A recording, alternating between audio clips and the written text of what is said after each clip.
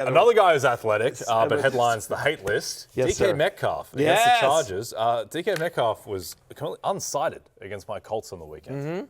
And that's why he's on the hate list.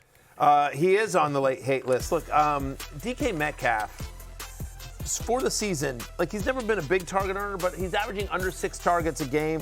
That's 40th among wide receivers. And so, like, you see sort of like the inconsistency here, right? You know, big game in week 4 and week 6, week 1 and 3, like whatever. He doesn't have a single game this year with more than 5 receptions. Only one team this year has allowed fewer touchdowns to wide receivers than the Chargers. They're pretty good against wide receivers. And so the fact is that for a wide receiver to get every wide receiver that got at least 15 points against the Chargers, they got at least 6 receptions. DK Metcalf doesn't have a game this year with more than 5. I'm just saying, like, the Chargers defense has been so good. They've been so good in the secondary.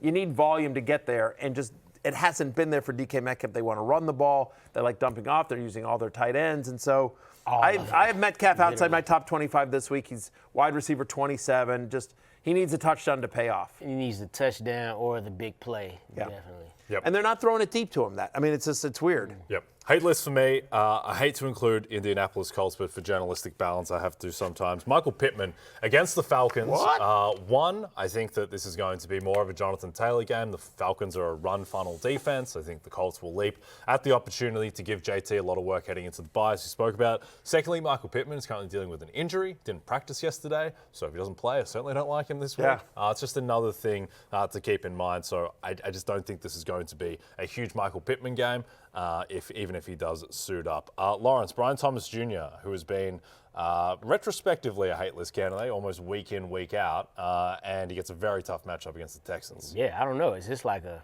obvious call? Well, if not, it certainly is versus the Texans. I had Cortland Sutton on my hate list last week against the Texans, and he gave us a touchdown, but it was 1 catch, 30 yards. Troy Franklin didn't do much better. Texans give up the 5th fewest fantasy points per game to wide receivers, and they've allowed the 3rd lowest amount of receptions to that position. Then you look at this over-under in that game, 37.5. That is tied for the lowest with the Cleveland Browns and the Jets. How you in a game with the same over-under as the Cleveland Browns and the New York Jets?